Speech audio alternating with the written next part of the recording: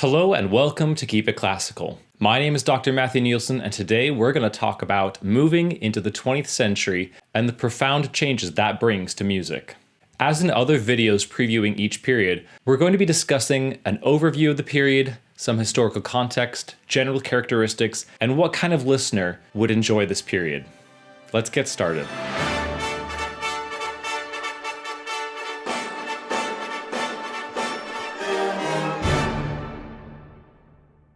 Many historians and musicologists will group all of the music of the 20th century into a giant catch-all of 20th century music. While I think that works for some of the musical styles which continue the whole way through the 20th century, I believe that there is a significant enough shift in artistic expression and ideas after the end of World War II that I'm going to use this to divide the 20th century into two separate periods.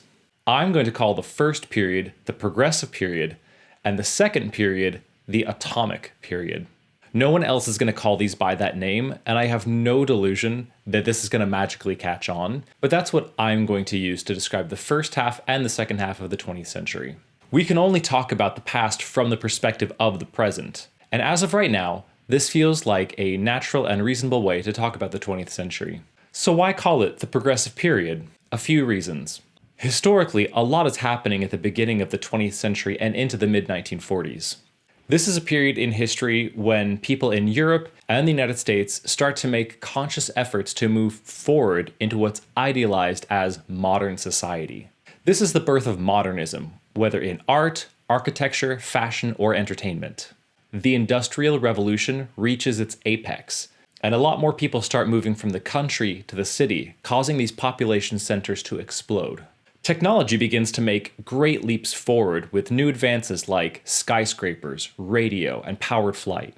The advent of sound recording technology catapulted the recording industry into the beginning of the largest and widest distribution of music the world had known up to this point. There's also a new interest in life and cultures outside of Europe. Performances of gamelan ensembles from Java are heard in Paris. There's a new interest in art and poetry from East Asia. These will have a strong influence on classical music. Progress wasn't all good though. The Industrial Revolution came with some terrible scars, leveling millions of acres of trees, highly polluting industries, as well as mining and burning untold tons of coal, all in the name of progress. European colonialization of Africa, known as the Scramble for Africa, begins one of the worst blights of human suffering ever known, with consequences still being experienced today. Record companies would go on to exploit untold numbers of poor and working artists. Unfettered and unregulated greed led to the stock market crash of 1929. Prohibition led to a rise in organized crime. New technologies paved the way for new and horrifying weapons of war, so atrocious that they were banned by international treaty. But all of this was done in the name of progress, so it feels fitting that this word would be used to represent the good and bad of this time period. Moving on. Music starts to go through lots of changes as well. Talking about this period is going to feel a little bit like following a moving target. It's constantly in flux. Also challenging, we've been able to follow, for the most part, a single style of classical music. But during the Progressive period, that style begins to fracture into three main styles. These styles are Expressionism, Impressionism, and folk idioms. We also see the beginning of the Dada movement, which embraces a sort of anti-art idea, rejecting logic and reason in favor of the absurd, satirical, and nonsensical. Surprisingly, church music begins to make a return in an unexpected way. Starting with the Cecilian movement in the late 1800s, composers began to look again to liturgical music as a creative outlook for religious expression.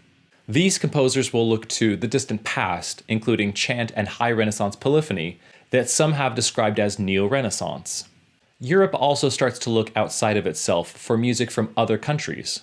Remember, the beginning of each of these epochs is very often a response to what came before it, and these styles are no different. They each respond to Romanticism reaching a point of overripeness.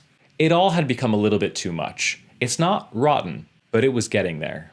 As far as general characteristics are concerned, we have to consider each of these styles individually. I'll go into more detail in future videos, but here's a quick overview of each. Expressionism is a style that is generally heavily distorted for a strong emotional effect. The The goal is to express emotional affect rather than replicate a physical reality. While it may feel worlds apart musically from Romantic music, Expressionism evolved directly from Romantic music and retained many of its characteristics. Musically, this was pioneered by Arnold Schoenberg and the Second Viennese School, as well as Igor Stravinsky and others.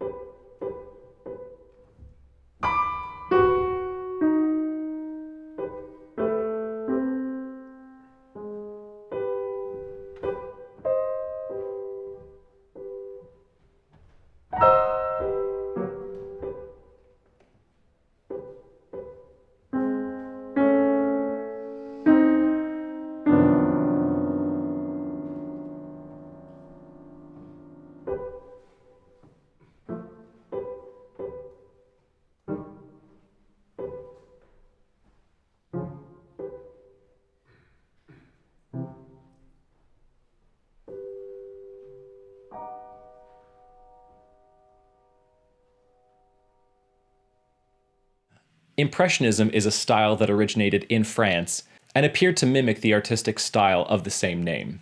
The music was actually named after the art movement. This music was inspired by completely new compositional techniques, new orchestral timbres, ancient chant, musical ideas from outside of Europe, as well as a somewhat softer view of the natural world. This style was pioneered by Claude Debussy and Maurice Ravel, among others.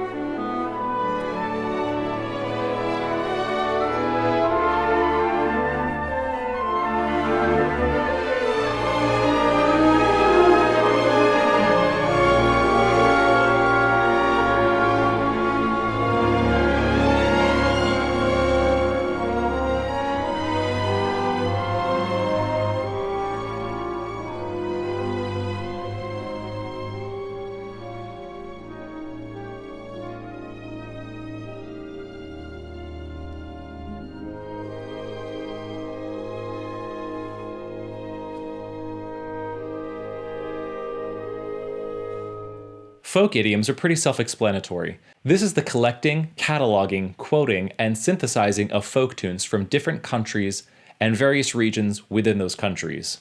This was led by a few musicologists, some of whom were also composers. They began to synthesize these folk tunes and their idioms into their own works.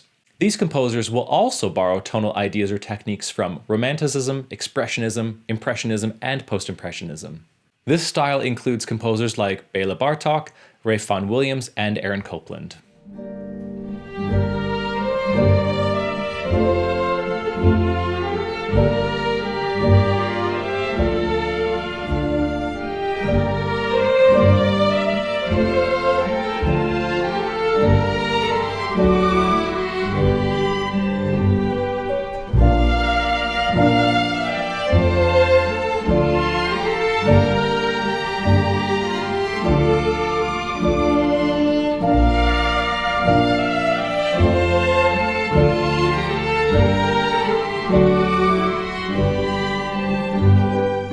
While each of these camps had adamant fans and disciples, these styles aren't mutually exclusive, and we see a fair amount of cross-pollination between them. Stravinsky admired and paid homage to Debussy. Debussy admired the work of Stravinsky. Ralph Vaughan Williams studied with Maurice Ravel, and Schoenberg wrote a handful of folk song arrangements. All three of these styles begin to reject common practice harmonic function.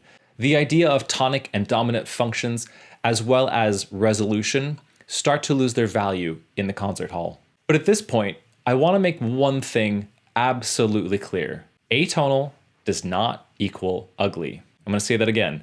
Atonal does not equal ugly. I promise you, there will be lots of music during this time period that you will find exceptionally beautiful that can strictly be defined as atonal. I will definitely be highlighting this in future videos. What sort of listener will this period appeal to?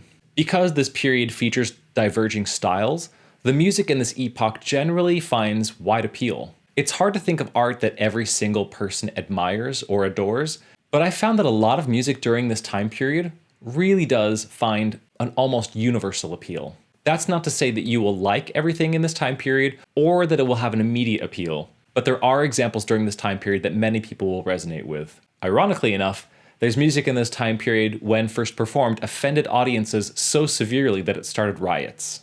That's all for now. Thank you so much for watching. If you like this video, consider watching my playlist about the progressive period, or watching a playlist from another time period, or my playlist for complete beginners. In the meantime, keep it classical.